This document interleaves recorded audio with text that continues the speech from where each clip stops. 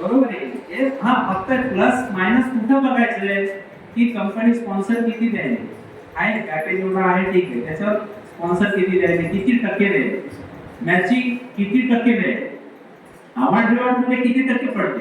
आता आपलं कोणी आतापर्यंत असं मला उठून सांगा, मी त्यांचा लगेच आज नाही तर प्रत्येक कार्यक्रमात पहिला सत्तर त्या माणसाचा होईल की अवॉर्ड रिवॉर्ड मध्ये आपल्या कंपनीने जे इन्कम दिलेलं आहे ते किती टक्के पडते. करेक्ट सांगा बरं उठून कोणी सांगू शकते कोणी?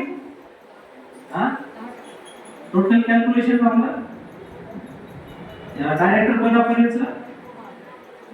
पदापर्यंत एकूण रक्कम आणि तुम्ही दिलेला बिझनेस तोपर्यंत याच्यावर किती 10% पडतंय, किती पडतंय म्हणजे सगळं मिळून आवडलं वाटतं, सगळं मिळून 50% किती कसं. तर मॅडम जवळजवळ गेल्या, परफेक्ट का नाही झालं पण जवळजवळ प्रयत्न तर केला त्यांनी, एवढा प्रयत्न तर केला की तिथपर्यंत डोकं लावण्याचा. बरोबर आहे. तर हे जोपर्यंत तुम्हाला समजणार नाही तोपर्यंत आपल्या कंपनीमध्ये डुप्लिकेशन होणार नाही. ती शोकांतिका आहे आपल्याकडे. कंपनीच्या भरोशावर कंपनी चालू आहे, तुम्हाला स्पष्ट बोलतोय, वास्तविकता आहे. कंपनीच्या भरोशावर कंपनी चालू आहे.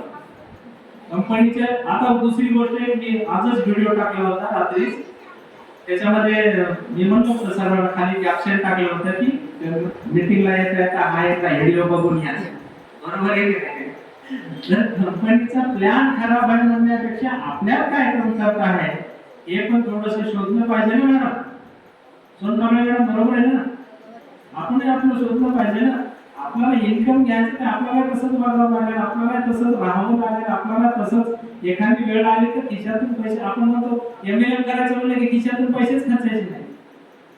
बरोबर असं शक्य आहे का? बरोबर आहे. आता एक दुसरा प्रश्न विचारतो मी, प्रामाणिकपणे उत्तर द्यायचंय. कलेक्टरला पगार किती असते?